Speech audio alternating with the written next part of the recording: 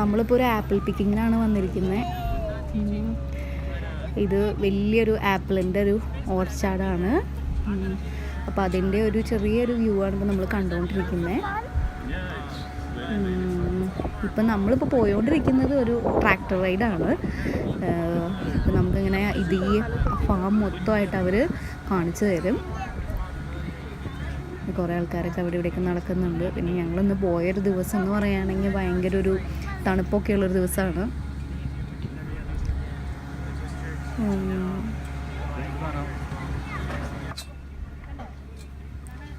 കണ്ടോ, ഇതൊക്കെ ഗ്രീൻ ആപ്പിളാണ്.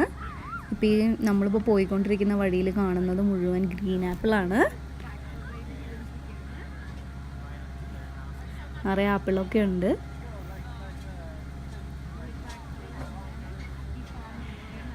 ഇതെന്ന് പറയുകയാണെങ്കിൽ ഇപ്പോൾ നമ്മളിപ്പോൾ ഈ ട്രാക്ടർ റൈഡിലുള്ളപ്പോൾ നമുക്ക് പിക്ക് ചെയ്യാൻ പറ്റില്ല. ഇത് കഴിഞ്ഞ് കഴിഞ്ഞാൽ നമുക്ക് വന്നിട്ട് അവർ നമുക്ക് ഓരോ ബാസ്ക്കറ്റ് തരും. അതിൽ നമുക്ക് ആവശ്യമുള്ളത് പിക്ക് ചെയ്യാം. പിക്ക് ചെയ്ത് കഴിഞ്ഞിട്ട് നമ്മളത് പേ ചെയ്ത് നമുക്ക് മേടിക്കാം.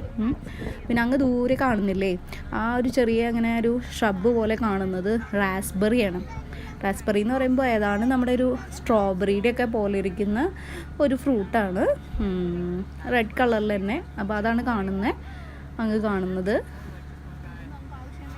ഇപ്പം നമ്മൾ പാസ് ചെയ്തുകൊണ്ടിരിക്കുന്നത് അതിൻ്റെ സൈഡിൽ കൂടിയാണ്. ഇവരൊരു ഫാം ഉണ്ടാക്കുക എന്ന് പറയുമ്പോൾ അതിൽ ഈ സമയത്ത് വരുന്ന എല്ലാ ഫ്രൂട്ട്സും അതിലുണ്ടായിരിക്കും. ഇപ്പോൾ ഈ ബെറീസിൽ പറയുകയാണെങ്കിൽ ഇപ്പോൾ റാസ്ബെറിയാണ് മെയിനായിട്ടുള്ളത്. അതുപോലെ തന്നെ നോക്കുകയാണെങ്കിൽ കോൺ ഉണ്ടായിരിക്കും.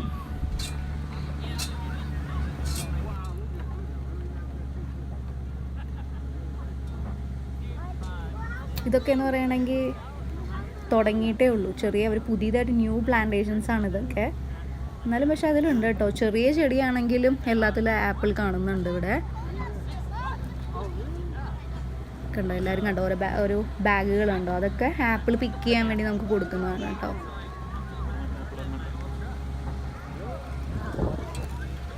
ഇത് കണ്ടോ, ഇതിന് നിറച്ച് ആപ്പിളുണ്ട്.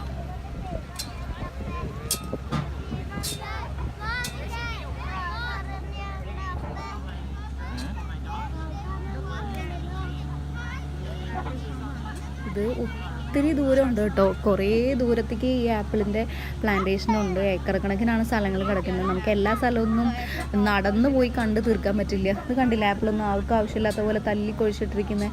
ഈ ആപ്പിൾ എന്ന് പറയുമ്പോൾ പെട്ടെന്ന് തന്നെ നല്ല റൈപ്പായി കഴിഞ്ഞാൽ തൊടുമ്പളിക്കും തന്നെ കയ്യിലങ്ങ് പറഞ്ഞു വരും. അപ്പോൾ ചെറിയ കാറ്റൊക്കെ തട്ടുമ്പോൾ തന്നെ എല്ലാം ഇങ്ങനെ വീണ് കിടപ്പുണ്ടാവും. ഇവിടെ നോക്കുകയാണെങ്കിൽ നമുക്ക് സങ്കടം വരും. നമ്മൾ കഷ്ടപ്പെട്ട് കടയിൽ നിന്ന് വാങ്ങിക്കുന്ന ആപ്പിളുകളൊക്കെ ഇവിടെ ഇങ്ങനെ വെറുതെ ഇങ്ങനെ കിടക്കുകയാണ് വഴിയിൽ മുഴുവൻ.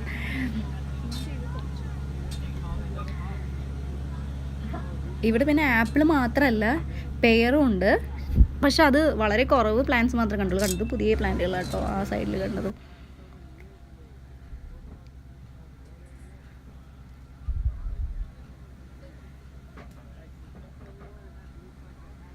ഇതിങ്ങനെ ഇങ്ങനെ എല്ലാം നല്ല വരിയായിട്ട് ഇങ്ങനെ നട്ടു പോയിട്ടുണ്ട്. എല്ലാത്തിനും ഡ്രിപ്പ് ഇറിഗേഷനാണ്. കണ്ടോ, ചെറുതൊക്കെ അതിലൊക്കെ താഴെ കുട്ടികൾക്കൊക്കെ പൊട്ടിക്കാൻ എളുപ്പം. ഈ സൈഡിൽ കാണുന്നതാണ് ഇത് നമ്മുടെ പംകിൻ. അതിൻ്റെ ബാക്കിലായിട്ട് കാണുന്നത് കോണാണ്. ഇവിടെ എന്ന് പറയുമ്പോൾ ഓരോ ലൈനിൽ അവർ ഓരോ തരം പംകിൻ ആയിരിക്കും ഉണ്ടാവുക. ഈ ഹാലോവിന് എന്ന് പറയുമ്പോൾ ഒക്ടോബർ 31 അതിനെന്ന് പറയുമ്പോൾ ഇവിടെയുള്ള എല്ലാവർക്കും ഈ പംകിൻ വെച്ച വീടുകളിൽ അവർ അലങ്കരിക്കും. വെച്ചാൽ പംകിൻ എന്ന് പറയുമ്പോൾ അത് ഇതിൻ്റെ മുകളിൽ കണ്ണും മൂക്കൊക്കെ കാർവ് ചെയ്തിട്ട് അതിൻ്റെ ഉള്ളൊരു ലൈറ്റൊക്കെ വെച്ച് ഇങ്ങനെ വീടിൻ്റെ പുറത്തൊക്കെ ആയിട്ട് നൈറ്റ് ആകുമ്പോൾ കൊടുന്ന് വെച്ചിട്ടുണ്ടാവും. കണ്ടോ, ഇതിലൊന്നും ആപ്പിളില്ല. ഇതൊക്കെ കഴിഞ്ഞിട്ടുള്ള ആപ്പിളാണ്. ഇങ്ങനെ പിക്ക് ചെയ്ത് കഴിഞ്ഞിട്ടുള്ള ആപ്പിൾസിൻ്റെ ട്രീസാണ് ഇതൊക്കെ.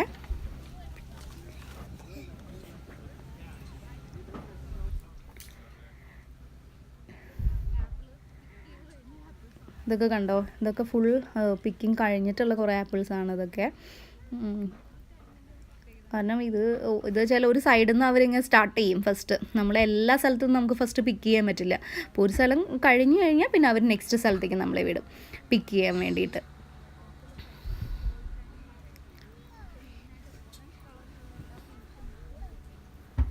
ഇപ്പോൾ നമ്മളിത് കുറേ ദൂരമായി പോകുന്നു. ഇഷ്ടപ്രകാരം ദൂരം നമ്മളിപ്പോൾ കവർ ചെയ്തു.